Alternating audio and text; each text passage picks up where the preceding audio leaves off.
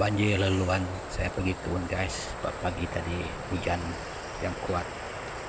Dalam keadaan macam ini kebun saya guys. Jumpa lagi kita dalam channel saya hari ini. Petang ini saya guys mau pergi ke kebun.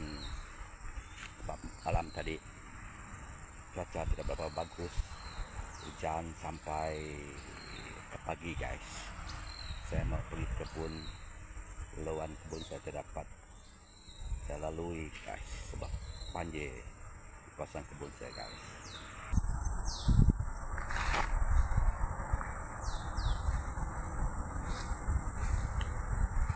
Petang ini terdapat saya pergi ke seberang sungai sana guys. Ini 2 kali sudah saya buat video ini guys. Inilah keadaan kebun kami orang, sawit kalau seberang sungai sana guys. Inilah keadaan banjir. Sebab saya mau mengambil sawit saya lagi hari ini tadi guys, petang ini. Sebab saya mau ambil dia punya biji sawit yang saya gempur semalam guys. Tiba hujan malam tadi guys, tidak tersangka hujan sampai kawasan kebun saya ini banjir guys.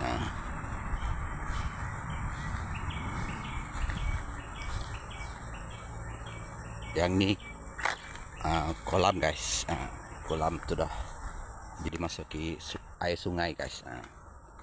Ini kolam.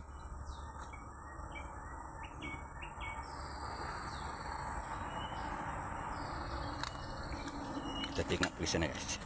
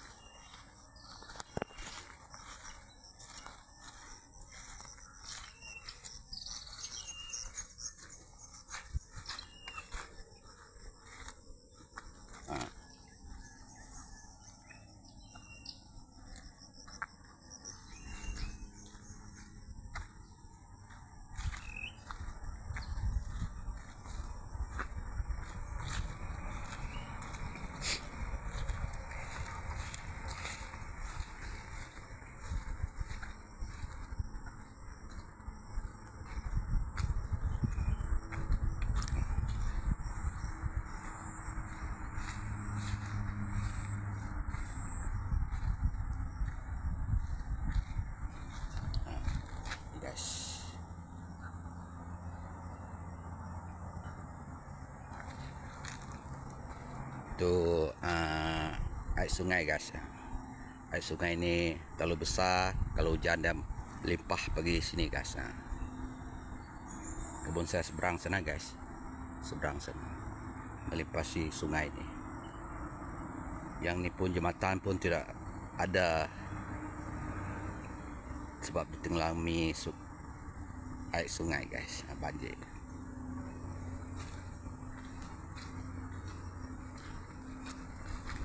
Saya fikir mau pergi tengok saya punya sawit guys, biji sawit tu saya mau kumpul. Mana dapat guys, kalau sebelah sana sana sudah banjir. Jalan seberang sana guys.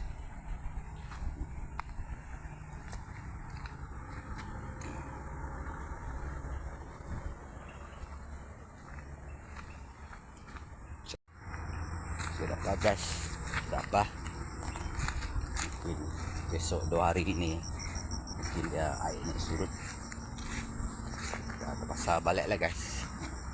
Goreng hari ini dibatalkan.